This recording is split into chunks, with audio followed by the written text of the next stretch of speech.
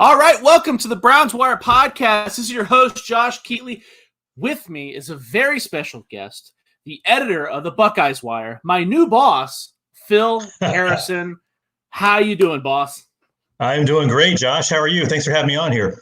I'm doing great. Yeah, I wanted to have you on here ever since I joined the Buckeye Wire. You know, we've had some pretty good conversations about Ohio State and their prospects, and I thought you'd have some pretty interesting points. I know we've talked about Justin Fields pretty in depth, and thought we'd kind of break it down from there. But how have you been?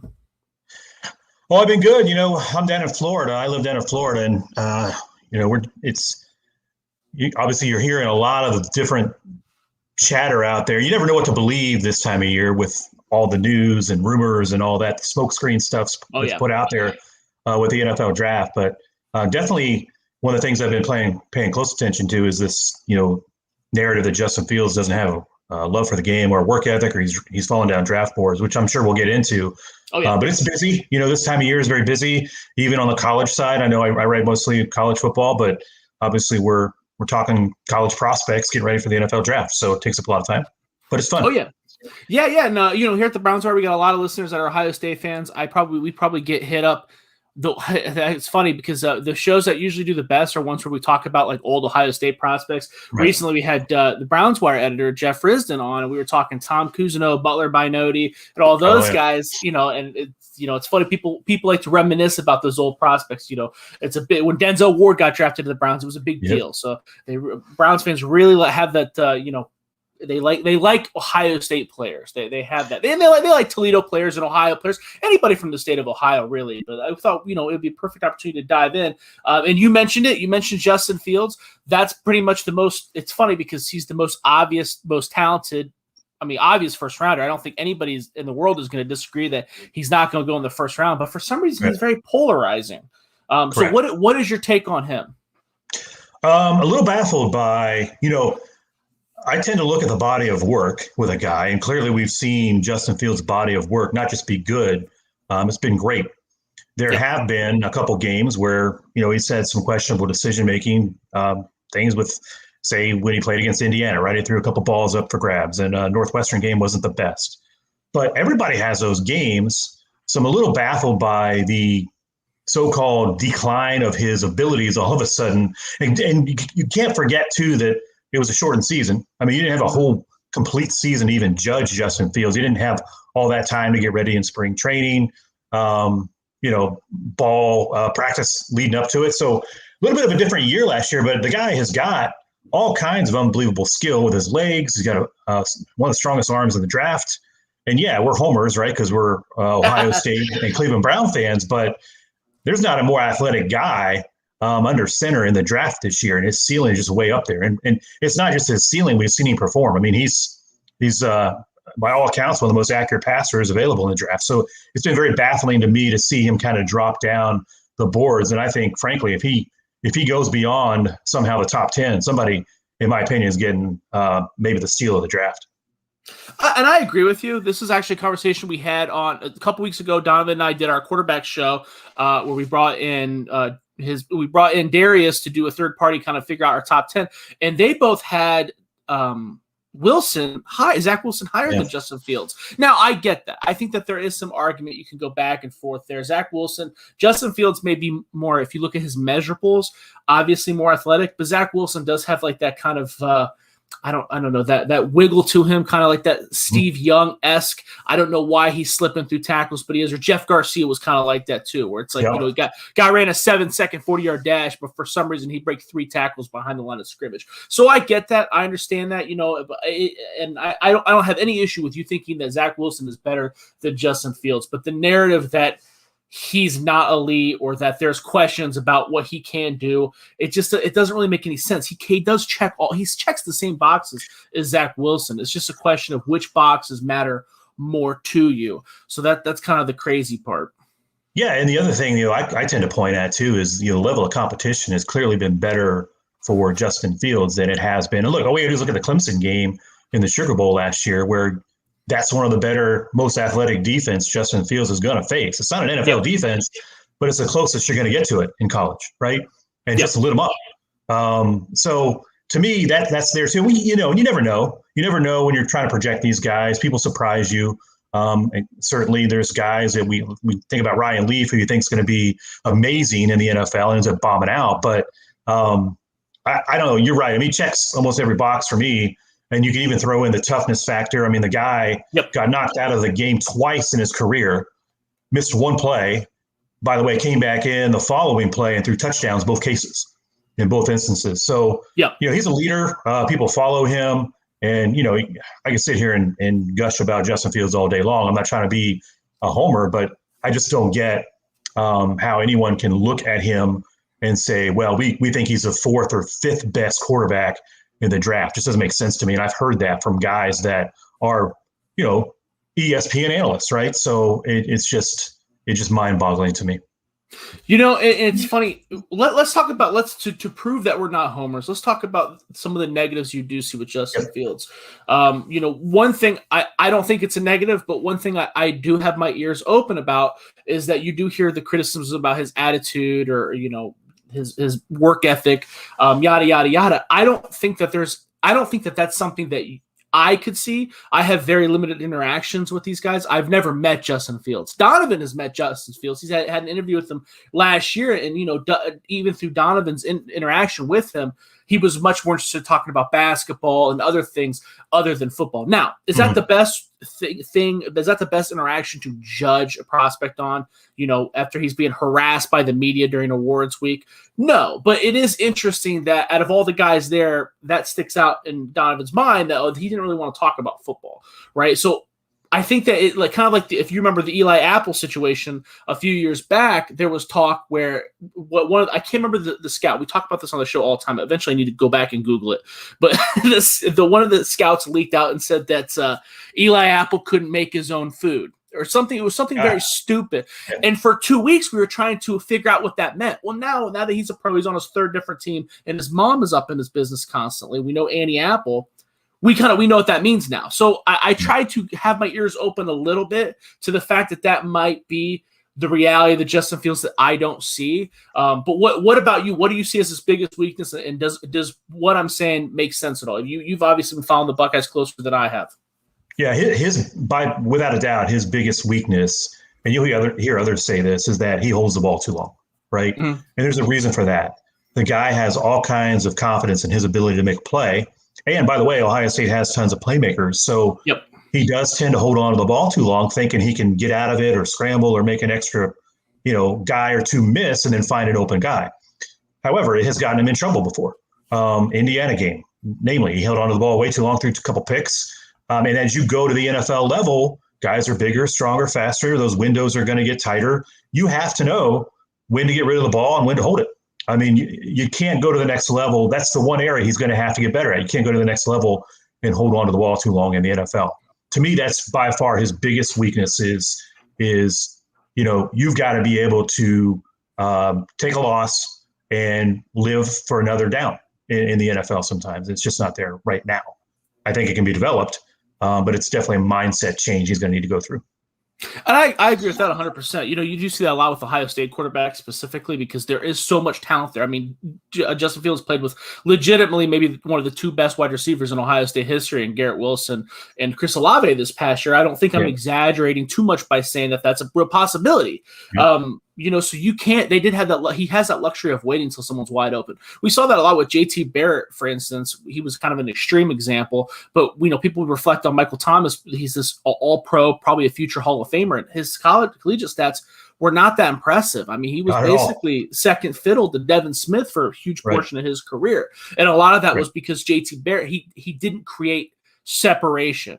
Right, he constantly caught the ball with someone in his hip pocket. Meanwhile, Devin Smith, who ran a 4.240, was creating separation because he was so much faster. So you kind of that I could totally see that being his biggest issue, especially when you're talking about comparing him to Zach Wilson, who he's thrown into to Mitt Romney's son, who runs a 4.940. He's not the guy that created the most separation was Bushman, the tight end, who was hurt. And we talked about that before too, so I could see that. But back to your point about him you've seen some rankings where he's even further down the list. He's behind Mac Jones in some of these rankings. And Mac Jones, if you talk about Justin Fields' biggest weakness being that, Mac Jones is right up there too. I mean, he's got he's thrown to 3 first-rounders. It's insane. Right. Everybody's wide open. Everybody's wide open immediately. So I totally get that. But we won't spend too much time talking about Justin Fields. I'll ask you one more question, then we'll move on to the second prospect, Wyatt Davis. But what do you think is the perfect team for Justin Fields to land to? I really like 49ers. I know they're sitting there right at number 3, but Shanahan's offense, and I mean, I just think they have a need there, obviously. They traded up to number 3. And look, Shanahan's been around Fields, by the way. Fields has gone to his camps and everything like that. So Shanahan has a relationship with Justin Fields. And I believe the offense that he runs is tailor-made for a Justin Fields. Now, maybe he doesn't get it year one, and it takes him a little bit of time to get acclimated and all that. But I really believe the 49ers are sitting in good shape right there. And I think that is a perfect landing spot for him. I'll give you a B to that. And it's down a little ways, but I think the New England Patriots makes a lot of sense at number 11. So I think if he doesn't go number 3, you start to get to that watch of, okay, where is he going to go? I think you then might see some trading and jostling if he's still available after 3. But I really believe in my heart of hearts that the 49ers are probably the team sitting right there that make the most sense for him. I would agree with that. I think the New England Patriots would also be a pretty interesting fit. I'm a big Cam Newton homer. Donovan and I argue about that constantly on this show. I think I view Cam as I view Cam as one of the best quarterbacks I've ever seen. Granted, I've only paid attention to the game the last 20 years, but that's still to me, that's what sticks out in my mind is Cam Newton, and Justin Fields brings out a lot in that. Obviously because Cam Newton's on his decline, Justin Fields is going to be, sitting behind him seems like a perfect fit. So I'm right there with you. And the other thing on that is if you play for Bill Belichick, we've seen Bill Belichick recreate things for his personnel. And that would be a good landing spot. I know no one would be happy about him slipping to number 11. Well, New England would be probably, but that would not be a bad spot for Justin Fields either. No, it would. Like I said, I completely agree with you. Bill Belichick, that's another guy who's pretty much labeled as a god in my eyes. I think he took the Browns to the playoffs with Vinny Testaverde as the quarterback. So if you can do that, anything's possible, right? and reinvented the tight end position in the NFL. So he has an ability to be always ahead of the game when he thinks about what he's going to do with his personnel. So Yep, absolutely.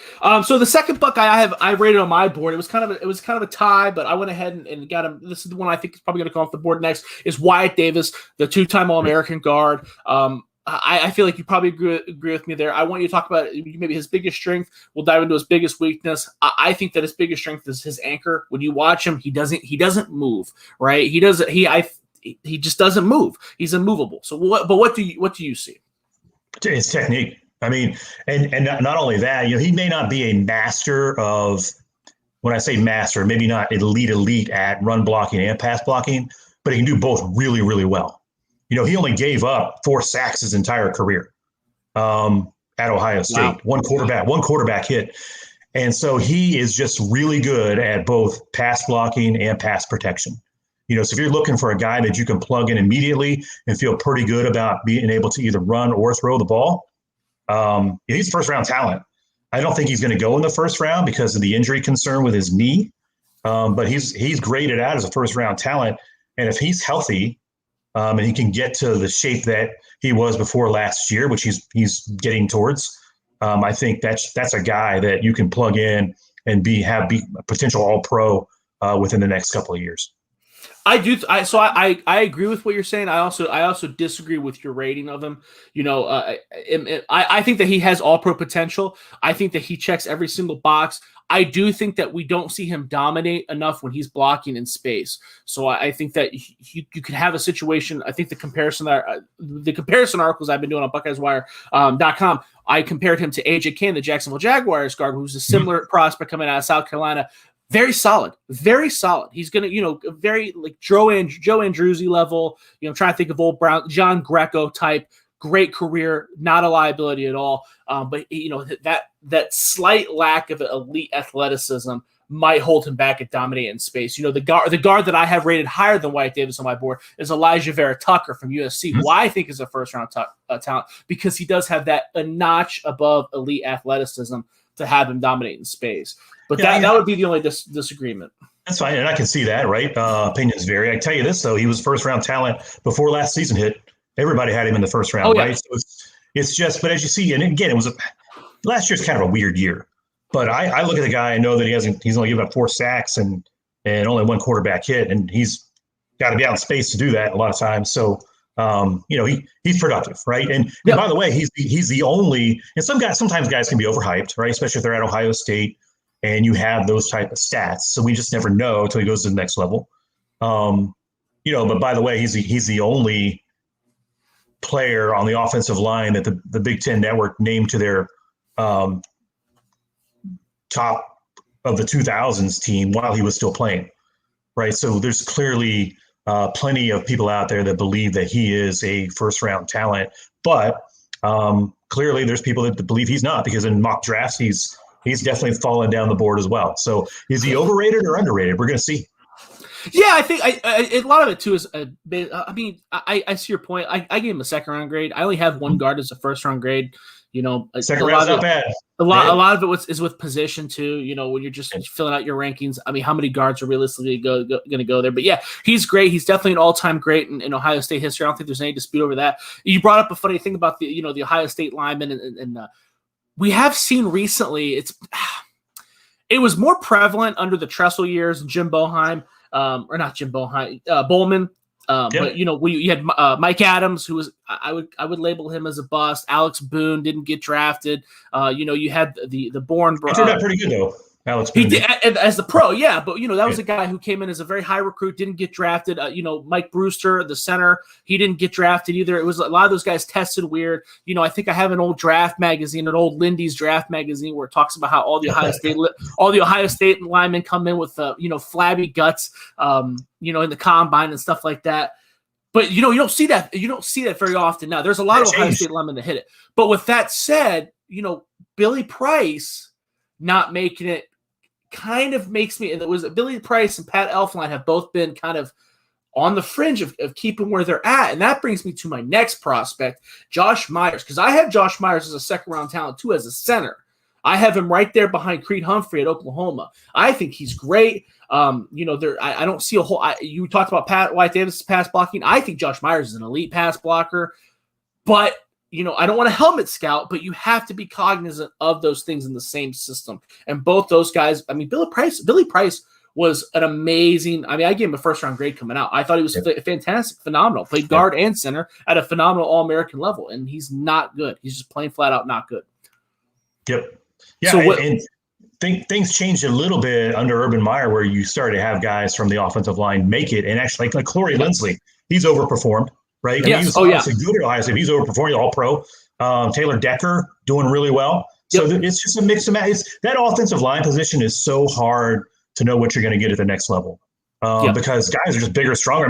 You're going from college at Ohio State where you have 5 guys across that are probably much better than the other 4 guys on the other side of the defense, right? And so you can kind of hide sometimes with that, but then when you get in the NFL, there's no hiding. We get to the NFL, every guy's coming after you. They're all all-star level, obviously, that they would have been in college. And so, if you're on an island somewhere, or if a team game plans against you, you're going to stick out. And so it has changed a little bit under since Urban Meyer, where I think the offensive lineman got a little bit leaner. He went more towards the leaner, stronger offensive lineman than say the Jim Tressel, John Cooper era.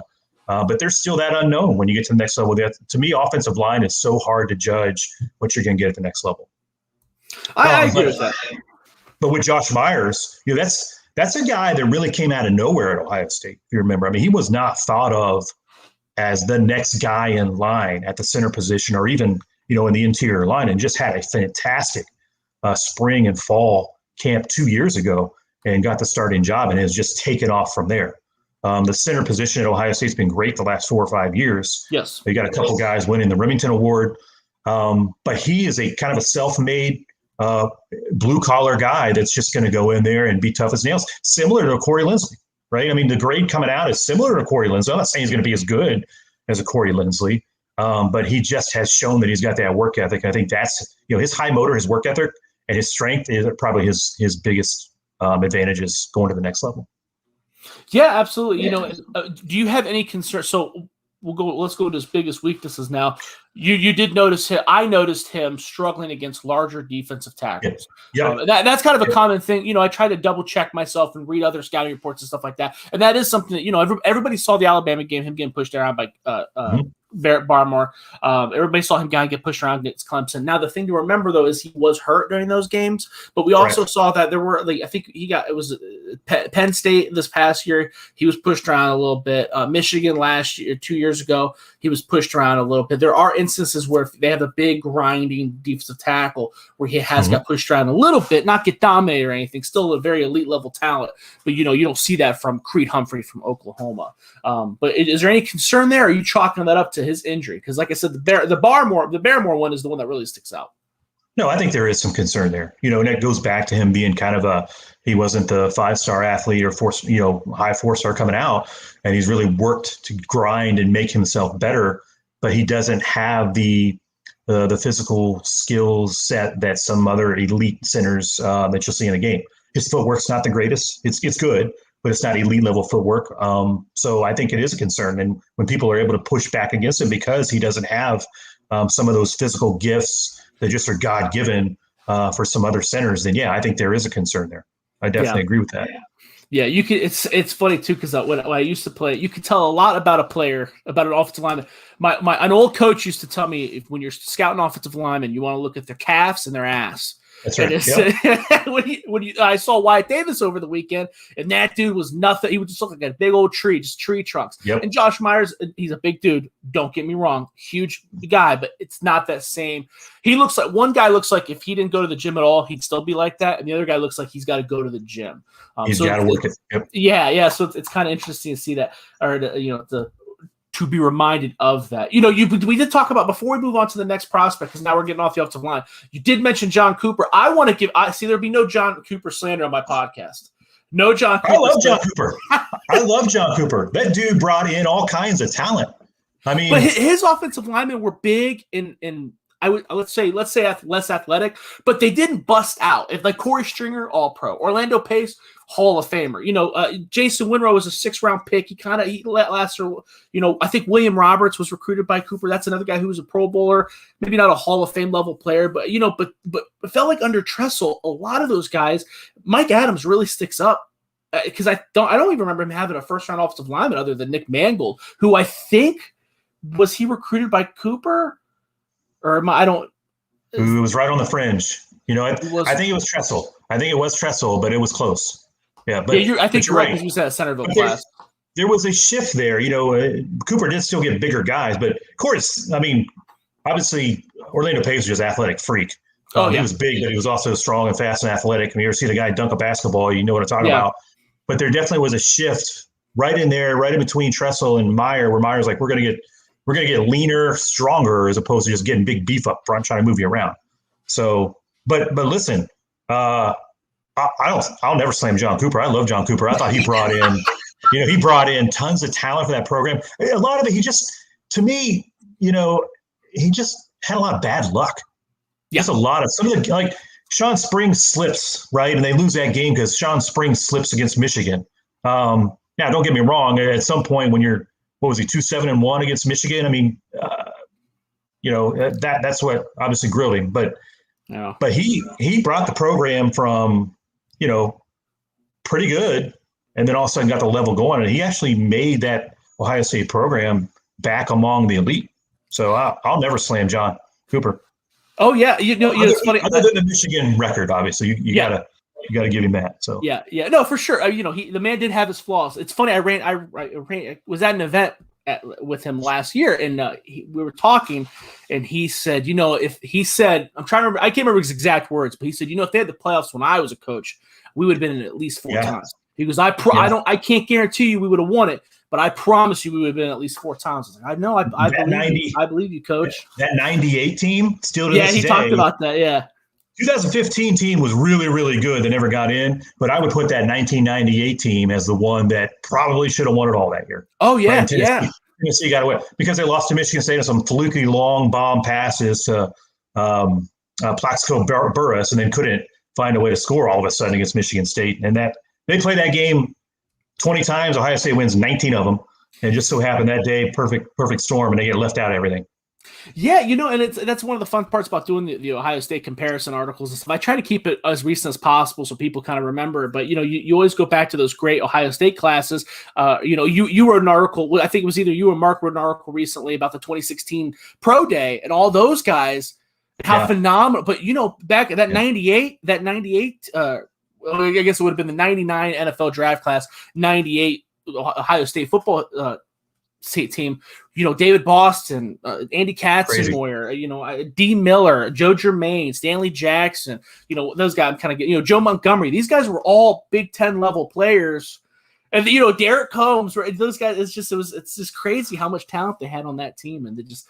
It just didn't happen, which is funny. You talked about the Michigan record too, because if you really look at Jim Harbaugh, I was having a conversation with a friend the other day where you're kind of dealing with the same thing with Harbaugh, where it's if you take the Ohio State stuff out of it, you ain't gonna find a whole lot of coaches that are better. Not bad. I mean, if you're really, you got to take away last year. You got to take away last year, but you ain't gonna find anything better than that because he does what he does. And that's just it. We're getting a little bit of tangent here about it, but unfortunately for Jim Harbaugh, he's got an Ohio State problem. Exactly. Right? Yeah. He's not got a Big Ten problem. He's got an Ohio State. Well, and he can't beat top 10 opponents very often either. But he just can't. He wins the games for the most part he's supposed to win. Yeah, and he pounded Notre Dame. He's got a couple marquee victories. If you what I mean, it's not like years ago. Yeah, or was it 2017 the season opener against Florida? He pounded them. Yep. That might be the end of the year, but he's got a couple marquee victories. It ain't like he's not winning, but it's very interesting. But we'll move on. That's a tangent for another day, I suppose. What were you gonna say? Forever. I could go on that forever, so I'll shut up. It's a very interesting conversation, and it's something that people talk to me about all the time because I'm getting people messaging me, Michigan fans and stuff that talk when they're going to fire him, and I feel like I'm defending Michigan when I say, listen, he's not that bad. It's not that bad. And that's the point, right? Like, who are you going to go get? Who are you going to go get? And I hate this. Now I got to talk about it. If you're going to fire somebody, and I hate this, it happens all the time where schools just fire somebody, and they don't have a backup plan, and then they go onto these searches, and 15 guys turn them down, and you end up with, a non-splash hire. Yeah, well, I mean, it's just like with Auburn with Gus Malzahn. The guy won a national championship with Nick Marshall, who can't even play quarterback. Is Gus Malzahn the greatest coach that's ever been? No, but he's definitely in the top 5 in Auburn history. He's won a national championship. He's done. He's got an Alabama. Who are you going to hire that's going to beat Alabama? Is it Gus Malzahn or is it Alabama that much better? And that's kind of what Michigan's dealing with right now. By the way, everybody in the SEC has an Alabama problem. Right? Yeah, exactly. So if you're going to judge your success based on what Alabama's doing, and nobody's going to be successful. I mean, and I'm going to call this now.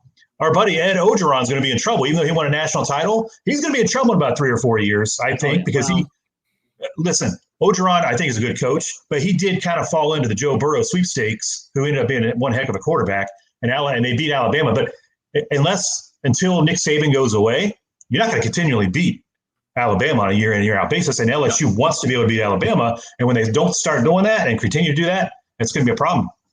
Yeah, that's the Ed Orgeron thing. I agree with you 100%. I love Ed Orgeron. He's great for college football. I 100% agree with you. The Auburn thing is even more outrageous to me because Auburn isn't Michigan. It's not LSU. Right. It doesn't have as rich of a history. Auburn, I mean, there was when I was growing up, Auburn pretty much sucked. You know what I mean? Like there was glimpses when they had like Rudy Johnson and what was it? Was Ryan Tannehill, not Tannehill, but Ryan Tannehill, who was still, or maybe he was at South Carolina. That's my point, though. They sucked so bad. They had 1 year with Tommy Tuberville when they had Cadillac and Jason Campbell and Ronnie Brown. But other than that, it's not like they have this huge, rich history. Other than a couple blips here with Bojack, you know what I mean? Like it's just not. They're like the Michigan State or Iowa, the Big Ten. Like every 3 or 4 years, they have a run at special things, right? Exactly. And then they kind of go back to just trying to be in the middle of the pack. Yeah. So but LSU's not like that. LSU, I mean, they got, I feel like they have a pretty solid. They're in Louisiana, who has great football talent. So yeah. But you still got to beat Alabama. Yeah, right. Exactly. You're still dealing with the Alabama problem. Exactly. But the Harbaugh thing it's absolutely fascinating to me. I love talking about it. I love hearing people's takes about it. Michigan fans get fired up about it. They get fired up. They want him out, and it just blows my mind. It blows. Sounds like a future topic on another podcast. That's right. That's right. But we're going to go ahead and move on. Tommy Togiai, the big defensive tackle, 40 reps on the bench press of 225, and that is so many. The only Ohio State Buckeye I remember even scratching that was, I think, Mike Kudla, and God bless Mike Kudla did not have. He was not. I don't want to sound rude, but Mike Kudla was not. Tommy Togiai doing it, and Mike Kudla's doing it is different. That was probably Mike Kudla's thing. He was a gym rat. He didn't have the length. He wasn't going to make it. Tommy Togiai is the total package, and then he brings that to you. This is another guy I gave a second round grade to. Just an absolute freak anchor, immovable object. I think I have him in the second round because he does lack the elite burst that you want in a lot of those first round defensive tackles. The gap pass rusher kind of guy. He's never going to be that, but he'll lay down an anchor. But where do you view him? How do you like him? Yeah, I think. I mean, I don't know if he's a fringe second, early third, but he's his biggest strength is his strength. He's just strong as an ox. I mean, he's going to take on one or two tacklers and just plug up the middle for you, right? And it's not because don't get me wrong, he said Ohio State, he's big. He's not a big beef feeder in the middle of the line. He's just so doggone strong. And he does get off pretty well too, but more than anything, he's just going to sit there and bounce things outside to where other guys can make plays, right? And if anyone tries to run up the middle, they're just not going to be there. So obviously his strength is by strength of work ethic, and he's got a motor. And he's just you can plug him in there, he's just going to go. And, you probably won't be able to get him off the field. So that he's a guy that you probably can plug in, and you might, you could potentially expect him to be a contributor in year one. I agree. Sure. I would fully expect that. I think I'm a bit, based on this conversation, it sounds like I'm actually a bit higher on him than you are. Higher than me. Yeah. I wish he would have come back for one more year. I think he could have really, really shown people in a full season and gotten a little bit more work with Larry Johnson on that defensive line to work a little bit more on his technique. I think would have done him some wonders, and he would have been an even higher grade, right? But that's one guy I was surprised that left early. Not to say that he can't do it. He'll get drafted, obviously, probably early to mid-round. But I really thought he could have benefited from one more year showing that he was the man. That's a guy who's got a good attitude. From what I hear, he's got good people around him. He's prepared. He's got a very business like this. I'm going to make it. He's always got a smile on his face. My understanding from people that I know, I've only met him. I've met him very few times and haven't had any real conversations with him. But people I've talked to have said that he is enjoying this process. He's loving this. And that to me is also a good sign. You see a lot of these defensive tackles, being a Browns fan, we've seen Danny Shelton, we've seen Gerard Warden, you've seen these guys that are 300 pounds and they kind of eat themselves out of the NFL. And Tommy Togiai, he could do that. I'm not saying that that's not possible, but he's not built like those guys. Danny Shelton was a freak. Danny Shelton, to my eyes, was a better prospect than Tommy Togiai because Danny Shelton did have some. He was immovable, and his first step was nasty. But let's face it, he didn't live up to the hype, and he had a very sloppy body. Tommy Togiai isn't built like that. Tommy Togiai's built like a boulder. I don't think you have to worry about it. Broderick Bunkley kind of comes to mind. The old, I think he came from USC, was drafted by the Eagles. He was really kind of too small, but he was like the first guy that was like in that 290, 300 pound range that was like just had like a six pack, was just completely. Do you remember him? It was like it was probably, he's out of the NFL. That probably about 10 years ago. But that dude was just completely ripped. And Tommy Togiai is not that either, but he's not. Close to it though. I mean, he's got a work ethic, right? Yeah, I don't think he's going to eat himself out of the NFL. I don't think he can. Is my point. You can be naturally strong, and I think there is some natural strength to Tommy Togiai, but you don't get to the point you can lift 225 pounds 40 times without being in the weight room and showing you have work ethic. Yeah, Phil Taylor's another Browns example. You can go on. You can go on about defensive tackles. But we'll move on. Let's go ahead and talk about Baron Browning. This is another guy that I was surprised after I did my grades. I'm still not done, but I'm done with my linebacker portion. I was surprised I did actually give him a second round grade at outside linebacker. I don't like to do that a lot with guys that lack production, college production, especially at Ohio State, especially with a 5-star recruit like Baron was. He was kind of granted a lot of opportunities and didn't really plus on him, but he's a guy that's got a very interesting body, broad shoulders. I think he weighed 240 at his pro day and probably can pack on 15 more pounds. He's got a good pass rush. I think he drops back in coverage better than most. I think if he can clean up his technique and his, I think I referred to it in my most recent article about him, his football intelligence, his football IQ, he could really be something nasty. Where do you view him at?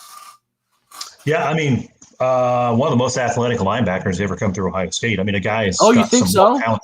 Oh, I do. I think he's going to. And he did. He tested well, right? And there's no NFL Combine right now, but he tested well at OSU Pro Day. I mean, a guy can jump, he can run, he's fast. Maybe not as good in traffic as some of the other Ohio State linebackers of the past or other guys that you would think of, but he ranges sideline to sideline and gets to the ball really well. But to your point, where he's probably going to fall down a little bit is that we didn't really see enough of that from him. He started to blossom in his last year at Ohio State, and he started to show a little bit of it. But you would expect a 5-star guy like that. And he did have some injury concerns. We'll put that out there.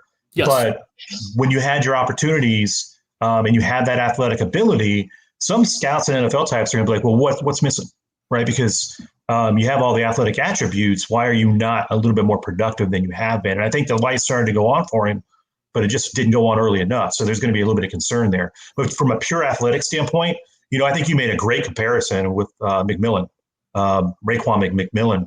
He does remind me of Raekwon McMillan quite a lot, but I would say he's actually even a little bit more athletic than a Raekwon McMillan. So if he can figure it out, get in the right system, and just go play, I think a team's going to get a pretty good steal with him. But I think he goes down, mid rounds. I don't think it's going to be a second round. I think it's going to be somewhere around 4.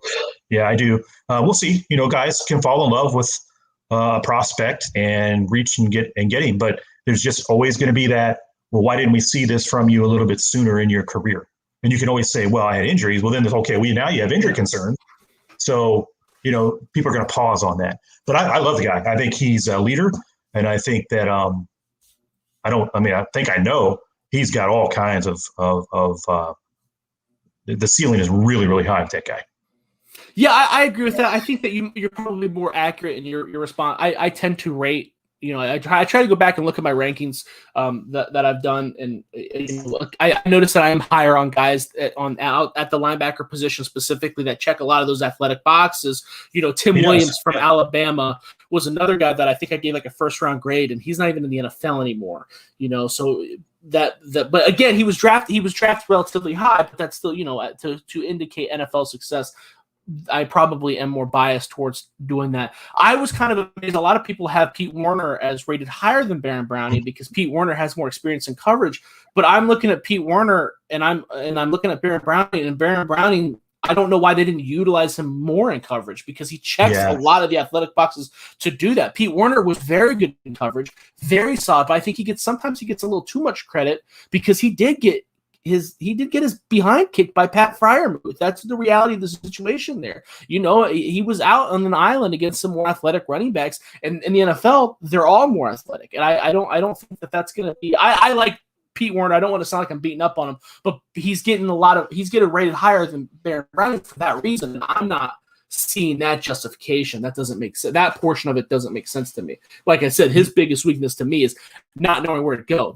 Raekwon McMillan, it seemed like. It's so funny because the Raekwon McMillan, when he came out, I thought he was one of the best Buckeye linebackers. I mean, he was just I felt like he was everywhere. He knew where the ball was going to be before it got there. And now that he's in the NFL, it's just kind of feel like it's not really there. I don't know. I don't know what happened there. But he was able to move through that trash. Like you said, Baron Browning he's lacking that ability to figure out where the trash is to avoid it. He's got to go through it. Right. Interesting point on your Pete Werner. Pete Werner and Baron Browning actually ran identical 40-yard dash times, believe it or not. I saw that. I don't, for some reason, it just doesn't click with me, though. No, but I'm just to your point, right? Why was Baron Browning not being used in coverage a little bit more? He's probably a little bit more athletic. I will say Pete Warner is probably more athletic than people give him credit for, but also Baron Browning's got it all over Pete Warner from an athletic standpoint when you start looking at the whole package. I see, and I guess that, I guess it depends where you're looking at what you're looking at, be it pre-draft season. I just see Pete Warner getting a lot of credit. I see Pete Warner getting a ton of credit. I'm just like, well, I don't really, and he's very good, very solid. It's just, I don't, like I said, and Baron Browning's bigger. He's got a bigger frame. I don't really, just a lot more clicks with me. But you said he's one of the most athletic linebackers you remember in recent history for Ohio State. Well, let's go down memory lane. Who are some of the guys in your time watching Ohio State? And go as deep as possible. I want to have a fun conversation about who are some guys that click. Obviously the king of king linebackers in recent memory has got to be the big cat Andy Katzenmoyer, right? Well, he's not quite to that level. That guy was so big and could move so fast. Just an athletic freak. It's really hard to draw a comparison. Darren Lee was really athletic. Oh, Darren Lee was more linear lengthwise and whatnot, maybe not as big and strong as a Baron Browning. So, but Baron Browning wasn't quite. I mean, Darren Lee was fast for a linebacker. Baron Browning is a smidge not as fast as Darren Lee. So it's hard to find a guy like, I'm trying to think, Baron Browning. Maybe if you want to go way back, James Laurinaitis was more of a, I'm just going through my memory banks, right? He was athletic, but he was athletic, but he didn't have the fast switch ability that a Baron Browning has, but way more productive, much better instincts, obviously being a 3-time All-American as James Laurinaitis was. Oh, yeah. It's AJ Hawk, people forget how athletic AJ Hawk was in college, too, because he's been for so long. That he, only a 3-star recruit, right? AJ Hawk was only a 3-star. So he came out of Centerville. But I think I still have like an old Sporting News when he came out, and he was like, they do like the awards, like who's the best at this, the best at this, and a lot of people, the draft scouts rate him as the best coverage linebacker coming out in that year. You don't remember that because he was in the NFL for so long that they moved him inside linebacker. He started to get a little slower, kind of like moving Charles Woodson to safety. People forget how good athletic he was, but that was another guy who was just a very insane athlete. Bobby Carpenter wasn't that kind of, like you said, the quick twitch athlete wasn't really there, but that was a big, strong man who didn't really get moved. I mean, I think I would go back to McMillan. I think that's probably the guy that is the closest because, the game's changed at the linebacker spot. I mean, you have to be able to much more get out in space. And so they've got a little bit lighter in linebackers now than what they did in past, where guys had to kind of go through traffic, a lot more. So it's really hard to compare earlier on. If you go back a couple decades ago, which I'm dating myself now, but there's just a different type of linebacker. Other than Andy Katzenmoyer, who could just run through a brick wall and track you down, there's just not a whole lot of guys that checked all the boxes from an athletic standpoint that a Browning did. Yeah. No, I agree with that. The Darren Lee thing is funny, too, because I remember him coming out. Maybe a Lorenzo Styles. There's a name from way back. Oh, my God. Yeah. That guy was pretty athletic, but he was also one of those, I'm going to get off a block and run through traffic too. So was he drafted the first round or the second round of the Falcons? It was the second round, right? It's a long time ago. I don't remember when he was drafted, but Craig Powell probably fits that bill too, because Craig Powell was about 6'5", 240, and I think was a bit faster probably, right? Yeah, taller, faster, but definitely athletic. And Browning, just package wise, athletically he's just really good. Yes. Yeah. The Darren Lee comment it's kind of an interesting one too, because I remember him coming out. I was damn sure that he was going to be an absolute stud because he was so raw. If you remember him getting quarterback in high school. Absolutely, and he worked really hard. He worked very, very hard to gain the weight necessary and he did a lot of things right to get where he was. I remember I sat down with an NFL scout and he was talking to me about. He's like, that Darren Lee will never make it.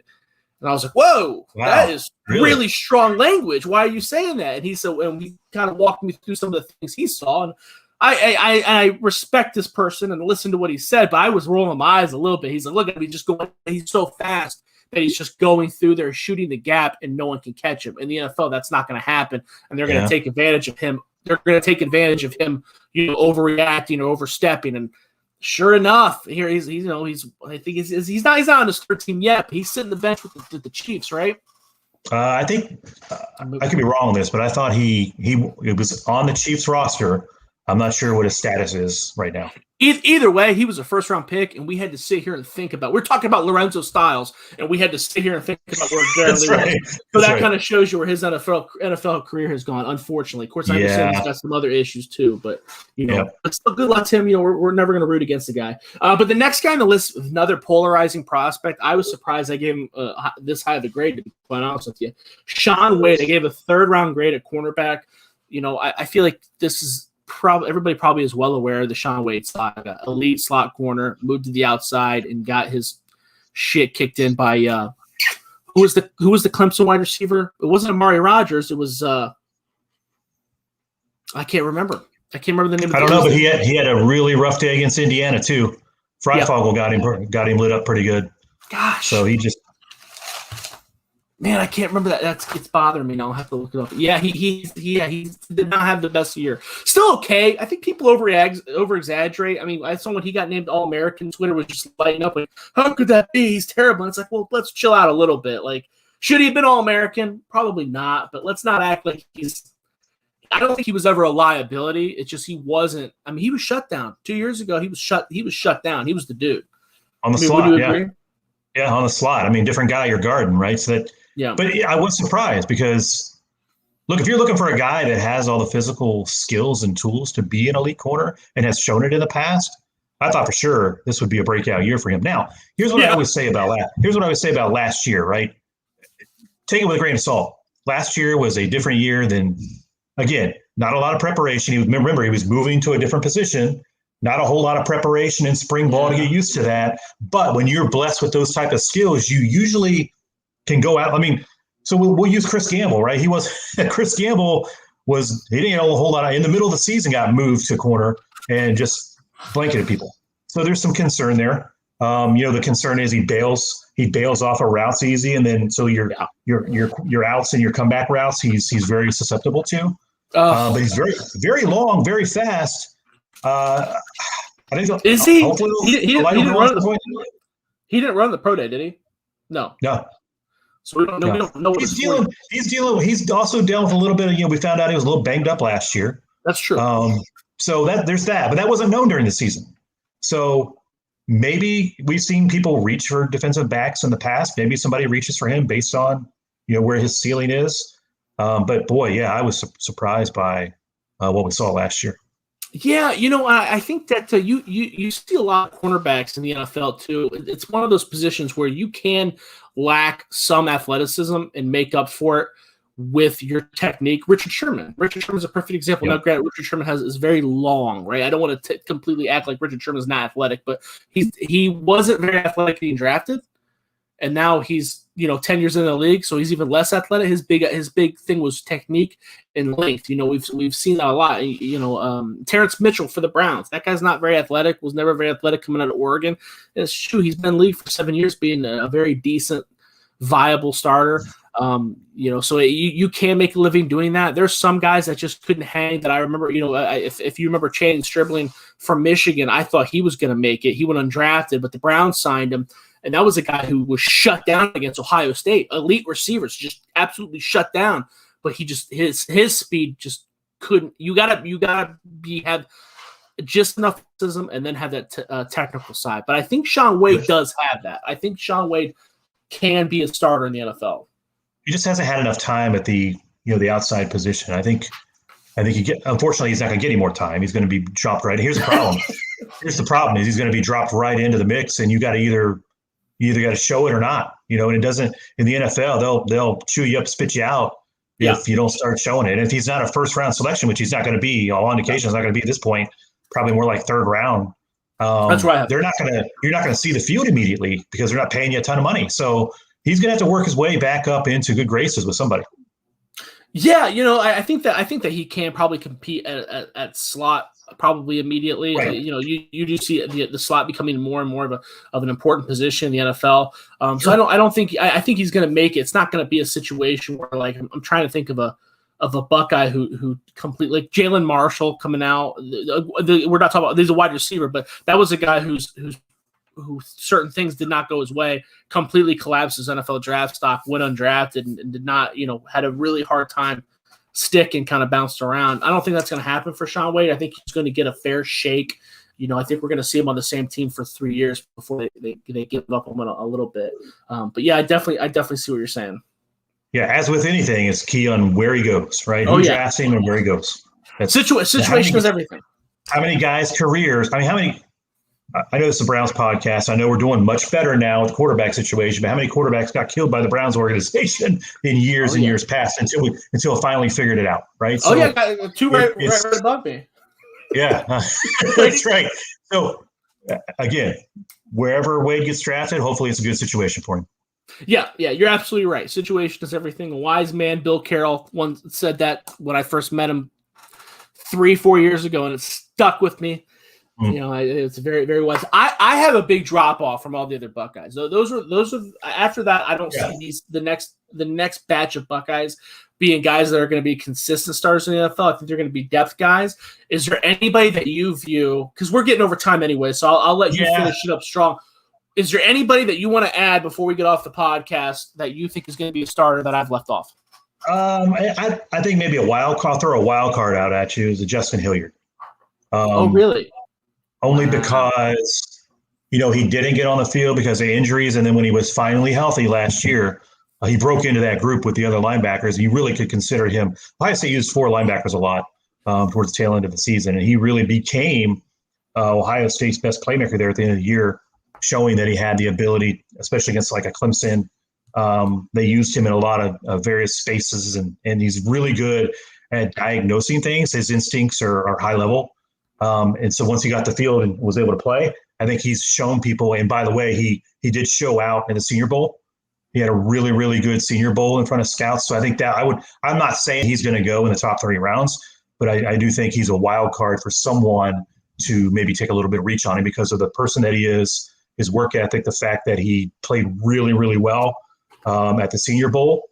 And the guy is just an all-around high IQ, high motor, more than adequate athletic guy that could plug in somewhere and provide a starting role down the line.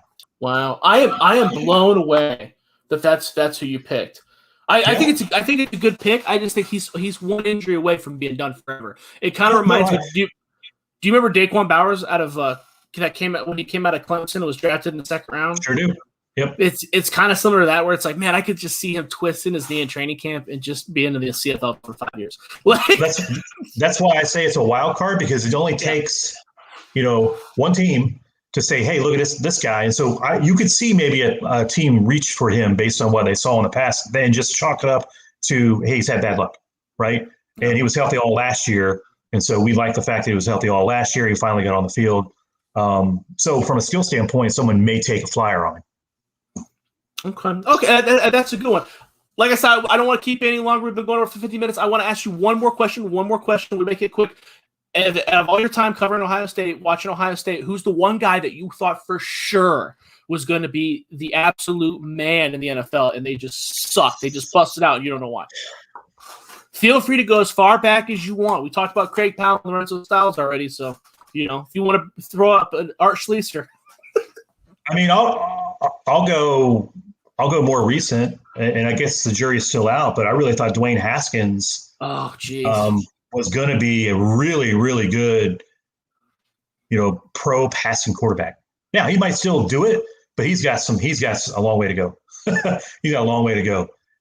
Yeah, you should talk to Donovan about Dwayne. Donovan has met Dwayne Haskins a number of times, and he's got some Donovan James was the first guy I talked to where he said he's not going to make it.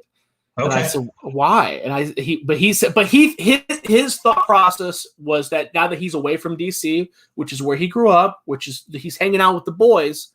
Now that he's gone, he might turn around. It's not a skill thing. It's all he likes being a professional athlete a little too much. Okay. And you can kind of see that there's a maturity level there that hasn't quite kicked in. I think is really holding him back, but he had such a quick release and was so accurate.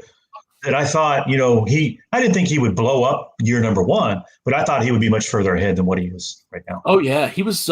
It was him. The quarterback battle between him And Joe Burrow, when I knew that Haskins was going to win it, when it was at the USA Army All-American game, or was it the Army Navy game, or I can't remember if it was the Army All-American game or it was the Under Armour game, the Under Armour High School All-Star game, and he was pitching dinos, and I was like, whoa, that guy's legit. But the release, the ability to process things was just, pretty elite, pretty deep. I don't know what's happened. Yeah. So. Well, we'll see what happens. What he can do in Pittsburgh. The jury's not done with him. Still a very young guy, but we appreciate you coming on. Can you tell everybody where they can follow you and see your work? Yeah, publisher and editor of Buckeyes Wire. Go to buckeyeswire.com. We're part of the USA Today Sports Media Group, so you can read our stuff and your stuff there now. Right. And also you can follow me on Twitter at Phil Harrison BW for Buckeyes Wire. So at Phil Harrison BW. Awesome. Well, we appreciate you coming on. This was fun. Hopefully we can get some Buckeye Wire podcast action going here. We're going to do it. We're going to do it at some point. So I think it's going to be under the banner of USA Today and whatever they're going to put out there as a platform. But we'll get it rolling. And I'm sure you're going to be key. You're going to be key with that. So we'll have a little crossover between professional and college. I'm sure a lot. Oh, hey, I'm down. I'm always down. But this was the Browns Wire podcast. This is your host, Josh Keatley. You can follow me on Twitter at JoshKeatley16. You can see my work at BrownsWire.com. Also now, BuckeyesWire.com. Make sure you give us a like, listen, review. Give us a thumbs up or thumbs down on YouTube. It doesn't really matter. It doesn't matter to the algorithm. So whatever you prefer, I don't care how you do it. Right. But yeah, make sure you give us a review on iTunes. If you have any questions or any topics you want us to discuss, please let us know. And we are out.